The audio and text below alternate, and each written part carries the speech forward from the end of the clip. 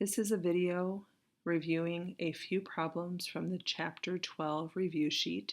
You'll notice really quickly that I show a lot of work by writing out the formulas and substitution and drawing pictures.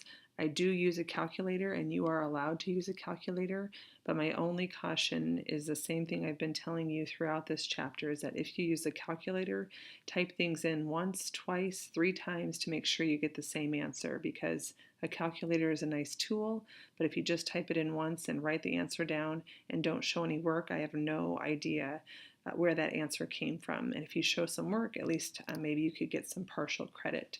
So starting with number 2, it refers to question number 1. And hopefully you learn this chapter not only how to plug in pi times radius squared or pi times diameter, but in the case of number 1, it gives you the circumference, and it says that 56.52 is the circumference, and that equals pi times the diameter. In this case, we don't know what the diameter is, so we can isolate that variable by dividing by pi on both sides. And when you take 56.52 divided by pi, you get the diameter of 18 inches. So number 2, though, asks for the area of the tray. And for the area formula, we have to find the radius, but the first part says that the diameter is increased by 25%. So you see here that I took 18 times 1.25. If I took it times 0.25, I would just get the amount that it's enlarged. But if I take it 1.25, I get the original 18 plus 25% more. So that's a total of 22.5. So the new diameter is 22.5. But for my area formula, I only need to find the radius. So I divided that by 2 to find the radius of 11.25. And of course, when you plug in 11.25 into the area formula, you get 397.61. So the question is how does that affect the area of the tray? Well, it affects it by 1.25 squared, or 1.56. And if I go back up to number 1, the original area of the original tray, well, if it's an 18-inch diameter, that means that the radius is 9, and 9 squared is 81, so that the area of the first tray is 254.47, and the new tray that's enlarged is 397.61. So if I pull up the calculator and I divide that out, let me go ahead and pull that up for you and take 397.61 divided by 254.47. we get 1.56, which is right here. Now you might be thinking, is it a coincidence that the enlargement 1.25 squared is the answer? And no, it's not. So you could go through all of this work and figure that out and to prove why it is that, but that's how I got the 1.56, but it's also going to affect the area by whatever that enlargement is squared. So hopefully that helps you with number 2. I also helped you hopefully with number 1, but those two go hand in hand. For number 3, again, I draw a lot of pictures, and my hint for you on number 3 is to change it to the same units. So we have centimeters and we have meters. So I'm changing centimeters to 1.2 meters. And so the diameter is 1.2, just like it says here. Diameter is 1.2 meters. So I plug that in, pi times diameter, pi times 1.2. The circumference is 3.77, so that's 1 rotation, 3.77 meters. So if I take 1,000 divided by 3.77, I get 265 revolutions. And then if I take 265 divided by 40 revolutions per minute, I get 6.625, or about 7 minutes. Going down to number 5, we're talking about 2 cell phone towers. And again, I draw a picture. For cell phone tower A, we have a 42-mile radius, and for cell phone tower B, we have 4 times that. So 4 times 42 is 168. And if I plug that radius into my area formula, which is pi r squared, 42 times 42 times pi equals, so 5542, let's just say 5542 rounded. That's the radius, I'm sorry, that's the area of cell phone tower A. And if I plug in 4 times 42, 4 times as big, that's 168 for the radius. 168 times 168 times pi for pi r squared, and that's 88,668. So 668. So I have the areas of both. Now, how do I find out how much bigger it is? I'm going to divide. So I'm going to pull my calculator back up and take 88,668 divided by 5542, and I get 15.99, or about 16 times as big. Okay, do you have to figure that out?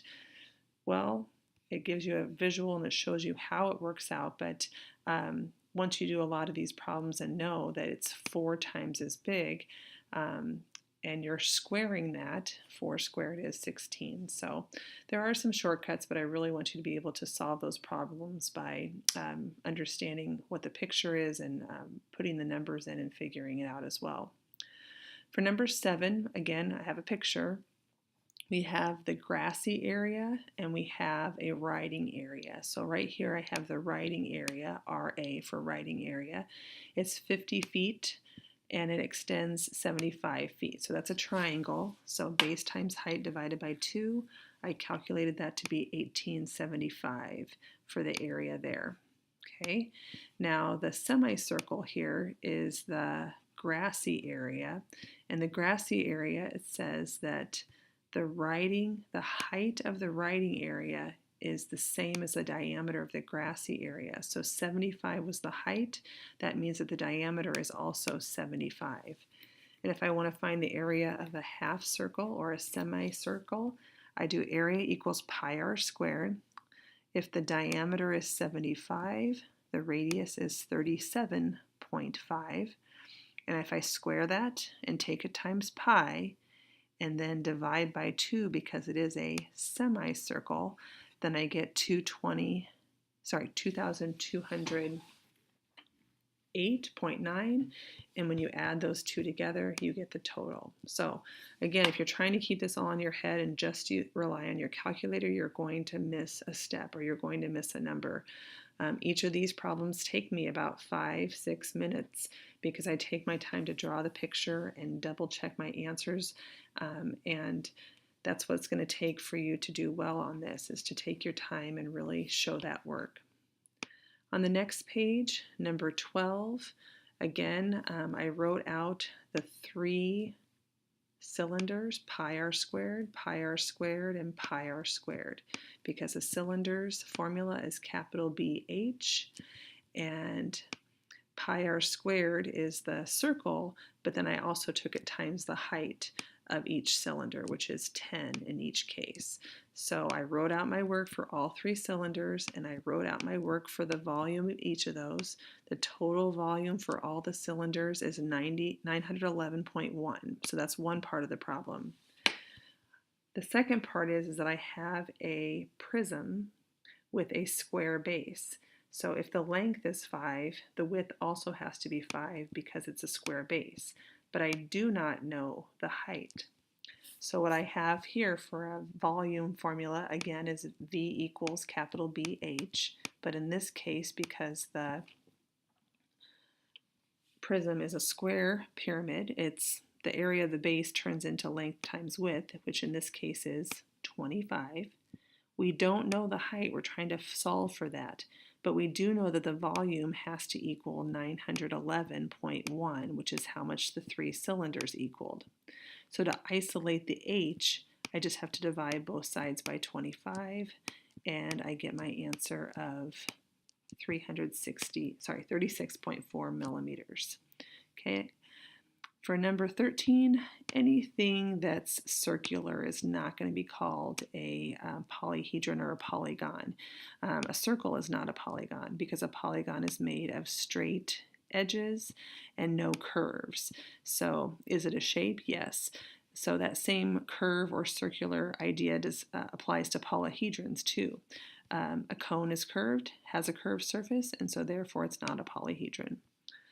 I'm going to have you skip 14 and 15. Those will not be on the assessment, so don't worry about that. Jumping down to 16, we have a mailbox. Again, I showed my work by labeling the sides. So here's one side, 3 by 1.5 is 4.5, and there's a right and a left side to the mailbox, so I counted that twice. This front section right here is 2.4 by 3. And so there's a front and the back, that's 7.2 and 7.2. The semicircle up front here is going to make a complete circle if you combined it with the back. So it's just pi times diameter. So pi times 2.4 is where I got the 4.52 there. And then this part on the top right here, that's the middle section of a cylinder, and that one is pi dh. But you'll notice over here, pi dh, I substituted the numbers in. The diameter is 2.4. The depth here is 1.5, so you can see that right here, but I had to divide it by 2 because it's only half, and then that's where I got the 5.65. So when I add all of those numbers up, 9, 14.4, 4.52, and 5.65, that's where you get the answer of 33.6. And I know that my way of showing work might look different than yours, but again, if you don't show the work and you just give me an answer, it's going to be really hard for me to understand where that answer came from. So show your work in an organized way, and then if we need to go back and earn points back for the problem because you missed it, then we'll be able to identify where you made your mistake. For number 17, it's talking about a sphere and the volume. So if I do 4/3 pi r cubed, which is the volume formula, and just draw two spheres where one of the dimensions is halved from the other. So I chose 4 and I chose 2. So I'm going to pull up my calculator and calculate the volume of each of those, and we're going to figure out the problem. So 4/3 pi r cubed, you can type that in a calculator several different ways. You can start by doing 4 divided by 3, which is 1.3 repeating, times pi times radius cubed. So times 4 times 4 times 4 equals 268.1. So we'll write that down next to this sphere right here. So 268.1. Let's do that same calculation with a radius half of 4, which is 2. We'll take pi, 4/3, which is 1.3 repeating. Okay, you can type it in that way, times pi times 2 times 2 times 2 equals 33.51. Okay, so I'll write down 33.51. So what's going to happen? What's the difference, or what's the change here? We're going to take 268.1 divided by 33.51, and we get 8. So it's 8 times as big, but as you notice the answer, the new volume is 1/8 times the old volume. So that's how you would answer number 17. Can you figure that out without actually drawing a figure and doing a sample? Sure. After a while, after you have done a few problems, you start to make a connection and you see if that works multiple ways. and on different problems, you can start making those shortcuts. But for this particular one, if it's asking you for that and it doesn't give you any dimensions, pick a dimension. And maybe they're going to ask you if a radius is tripled or if it's quadrupled. All you have to do is pick a number and then choose the new number, calculate them both out, and see how they compare. Finally, number 18, we have a cylinder water tank that has 648 cubic units. We have to put those into 3 congruent cubic coolers. This is an important piece. Congruent meaning they're the same size, and then cubic meaning they have the same dimensions, length, width, and height. So the first thing I'm going to do is take 648 and divide that by 3 to get 216 per cubic container here. So this has to be 216, this has to be 216, and this has to be 216. So now if we know that all the dimensions of a cube are the same, we have to figure out what times what times what is 216. So we have a number cubed, which equals 216. And we can take the cubic root of that number to get the answer of 6. In this case, 5.9 repeating, which is 6. Hopefully that helps you with the Chapter 12 review. All of the problems that I worked out are very similar to the problems on the test, and all I did was change the numbers a bit. So if you don't understand any of these from the review, let me know and I can explain further.